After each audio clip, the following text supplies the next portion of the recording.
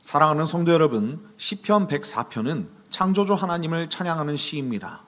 시편 103편이 하나님의 은혜와 용서를 노래했다면 시편 104편은 그 하나님이 온 세상을 지으시고 다스리시는 분이심을 선포하고 있습니다. 시인은 이 시편의 첫 마디를 103편과 똑같이 시작하고 있어요. 내 영혼아 여호와를 송축하라. 그러나 이번에는 이 시편 기자의 시선이 달라졌어요. 자기 안에 은택에서 눈을 들어 밖을 바라보는 것입니다.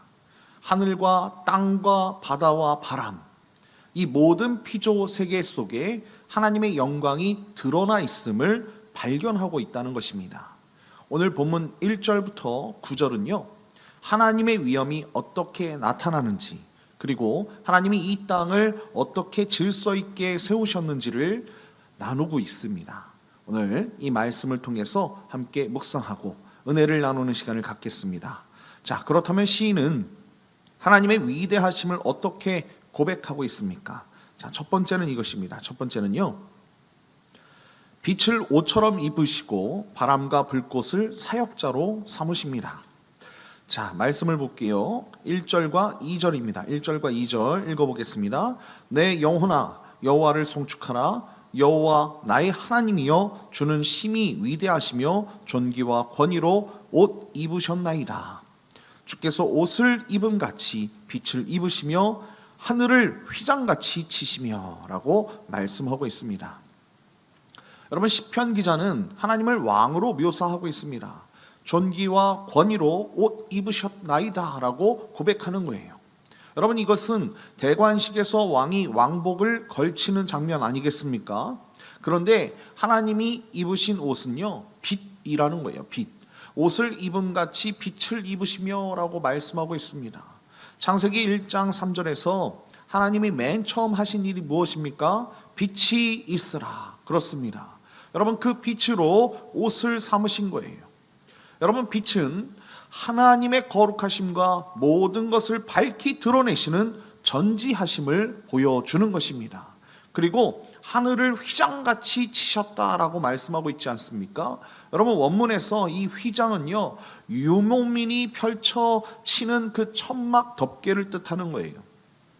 우리에게 끝없이 광활해 보이는 이 하늘이 하나님에게는 천막 하나 펼치는 것처럼 아주 가벼운 일이었다는 것입니다. 여러분, 이사야 40장 22절도 같은 고백을 하고 있습니다. 그가 하늘을 차일같이 펴셨으며 거주할 천막같이 치셨고 라고 고백을 하고 있다는 것입니다. 자, 3절부터 4절 읽겠습니다. 물에 자기 누각에 들보를 얹으시며 구름으로 자기 수레를 삼으시고 바람 날개로 다니시며 바람을 자기 사신으로 삼으시고 불꽃으로 자기 사역자를 삼으시며 라고 말씀하는 것을 볼 수 있습니다. 여러분, 하나님은 물 위에 당신의 누각, 곧 높은 처소의 들보를 얹으셨습니다. 고대인들에게 물은 혼돈과 불안정의 상징이었습니다. 그런데 하나님은 그 혼돈의 물을 당신의 보좌의 기초로 삼으십니다. 혼돈을 피하는 것이 아니라 혼돈 위에 오르셔서 그것을 통치의 기반으로 사용하시는 것입니다. 구름은 하나님의 수레가 되고 바람은 하나님의 사신이 되며 불꽃은 하나님의 사역자가 됩니다. 4절에서 사역자로 번역된 히브리어는 제사장이나 레위인처럼 하나님 앞에서 거룩하게 섬기는 존재를 가리킬 때 쓰이는 단어입니다. 시인은요, 이 단어를 바람과 불꽃에 적용합니다. 자연세계 전체가 하나님의 거대한 성전이고 바람과 불꽃은 그 성전 안에서 하나님을 섬기는 사역자라는 것이에요.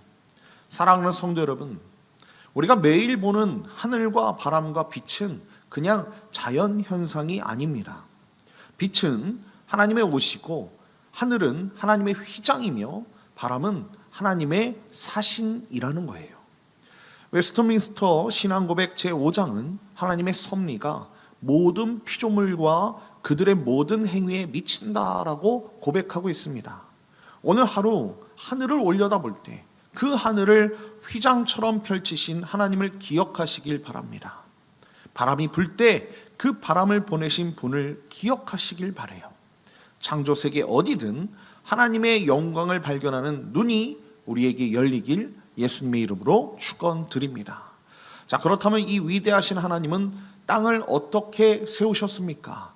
자, 두 번째는 이것입니다. 두 번째는요, 땅에 기초를 놓으시고 혼돈의 물을 꾸짖어 물러가게 하셨습니다. 자, 말씀을 볼게요. 5절부터 7절입니다. 5절부터 7절. 땅에 기초를 놓으사 영원히 흔들리지 아니하게 하셨나이다. 옷으로 덮은 같이 주께서 땅을 깊은 바다로 덮으심에 물이 산들 위로 솟아올랐으나 주께서 꾸짖으시니 물은 도망하여 주의 우레소리로 말미암아 빨리 가며 라고 말씀하는 것을 볼 수 있습니다. 여러분, 5절은요 아주 놀라운 선언입니다. 땅에 기초를 놓으사 영원히 흔들리지 아니하게 하셨나이다 라고 고백하지 않습니까? 여러분, 기초를 놓다라는 이 말은요, 건물의 주축도를 놓는 행위입니다. 하나님은 땅을 허공에 던져주신 것이 아니라 정교하게 기초를 세우신 거예요. 그래서 영원히 흔들리지 않습니다. 그런데 6절을 보면 태초에 땅은 깊은 바다로 덮여 있었다라고 말씀하고 있어요. 물이 산들 위로 솟아올랐습니다. 창세기 1장 2절의 장면이지요. 깊음이 수면 위에 있고 라고 말씀하고 있지 않습니까? 모든 것이 물에 잠겨 있었습니다. 혼돈 그 자체였어요. 그때 하나님이 행동하시는 것입니다. 7절에 보니까 주께서 꾸짖으시니 물은 도망하며 라고 말씀한다는 것입니다. 여러분, 여기서 꾸짖다라는 이 말씀은요, 왕이 반역하는 세력을 제압하는 그 권위 있는 호통입니다. 단순한 질책이 아니에요. 홍해를 가르실 때도 같은 단어가 사용되었다는 것입니다. 시편 106편 9절 보면 그가 홍해를 꾸짖으시니 곧 마르니라고 말씀하고 있습니다. 하나님의 한마디 꾸짖으심에 혼돈의 물이 도망치는 것입니다. 우레소리에 정신없이 빨리 가는 거예요. 창조는 하나님의 말씀으로 이루어진 줄 믿습니다. 그리고 그 말씀은 혼돈을 제압하고 질서를 세우는 왕의 명령이었다는 거예요. 사랑하는 성도 여러분, 우리의 삶에도 모든 것이 물에 잠긴 것 같은 때가 있지 않습니까? 문제가 산 위까지 덮어버려서 앞이 보이지 않는 때가 분명히 있다는 거예요. 그러나 하나님은 그 혼돈 앞에서 침묵하지 않으십니다. 한마디로 꾸짖으시면 그냥 물이 도망가고 질서가 세워지는 거예요. 우리 삶의 혼돈도 하나님의 말씀 앞에 서 있는 줄 믿습니다. 그 말씀이 우리의 혼돈을 제압하시고 우리의 삶의 질서를 세워가고 계심을 여러분들 믿으시길 예수님의 이름으로 축원드립니다. 자, 그렇다면 물러간 물은 어디로 갔는가라는 것이지요. 자, 세 번째는 이것입니다. 세 번째는요, 산은 오르고 골짜기는 내려가 하나님이 정하신 경계 안에 머문다는 거예요. 자, 8절과 9절을 말씀을 보겠습니다. 8절 9절입니다. 주께서 그들을 위하여 정하여 주신 곳으로 흘러갔고 산은 오르고 골짜기는 내려갔나이다. 주께서 물의 경계를 정하여 넘치지 못하게 하시며 다시 돌아와 땅을 덮지 못하게 하셨나이다. 아멘. 하나님이 꾸짖으시니 물은 하나님이 정하여 주신 곳으로 흘러가는 것을 볼 수 있습니다. 산은 솟아올랐고요, 골짜기는 어떻게 돼요? 내려가는 거예요. 땅의 지형이 형성이 되었습니다. 이 모든 것이 자연적으로 일어난 것이 아니에요. 하나님의 명령, 말씀의 결과였다는 것입니다. 그리고 9절을 보니까 하나님은 물에 경계를 정하셨다라고 말씀하고 있지 않습니까? 여러분, 국경선처럼 물이 넘을 수 없는 선을 그으신 거예요. 예레미야 5장 22절에도 같은 선언이 있습니다. 내가 모래를 두어 바다의 한계를 삼되 영원한 한계로 삼고 지나치지 못하게 하였노라 라고 말씀하는 것을 볼 수 있어요. 여러분, 바다의 거대한 힘을 막는 것이 무엇입니까? 아이러니하게도요, 모래라는 거예요. 가장 미약해 보이는 이 모래가 가장 강력한 바다를 막고 있는 거예요. 이것이 하나님의 주권인 줄 믿습니다. 하나님은 가장 약해 보이는 것을 통해 가장 강력한 것의 한계를 정하신다는 것입니다. 그리고 그 경계는 피조물을 억압하는 장치가 아닙니다. 피조물이 두려움 없이 살아갈 수 있도록 허락된 은혜의 그 틀이라는 거예요. 우리 경계선 안에 머물기 때문에 땅이 존재할 수 있는 것이고요, 사람이 살 수 있고요, 농사를 지을 수 있는 것입니다. 경계가 곧 은혜라는 거예요. 사랑하는 성도 여러분, 하나님은 우리 삶에도 경계를 세우십니다. 때로는 그 경계가 답답하게 느껴질 수 있어요. 왜 이 자리에 있어야 하는지, 왜 이 한계 안에 머물러야 하는지 이해되지 않을 때가 있습니다. 그러나 그 경계는 하나님이 정하신 은혜의 틀인 줄 믿습니다.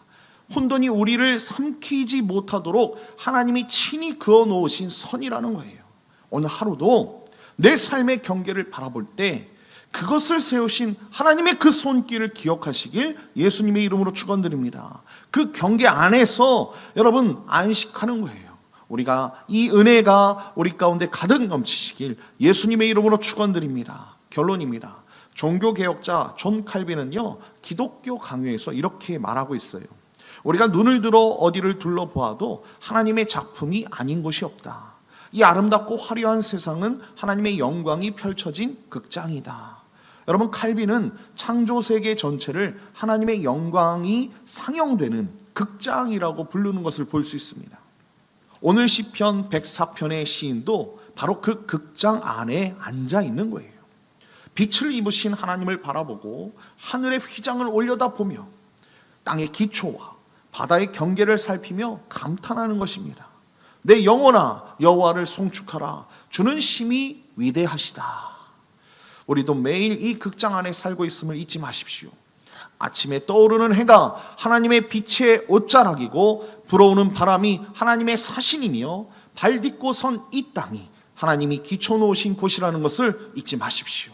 우리 드리움 교회가 이 창조의 극장 안에서 하나님의 영광을 발견하고 혼돈 속에서도 경계를 세우시는 하나님의 그 주권을 신뢰하며 날마다 하나님을 송축하는 예배자가 되기를 예수님의 이름으로 간절히 축원드립니다.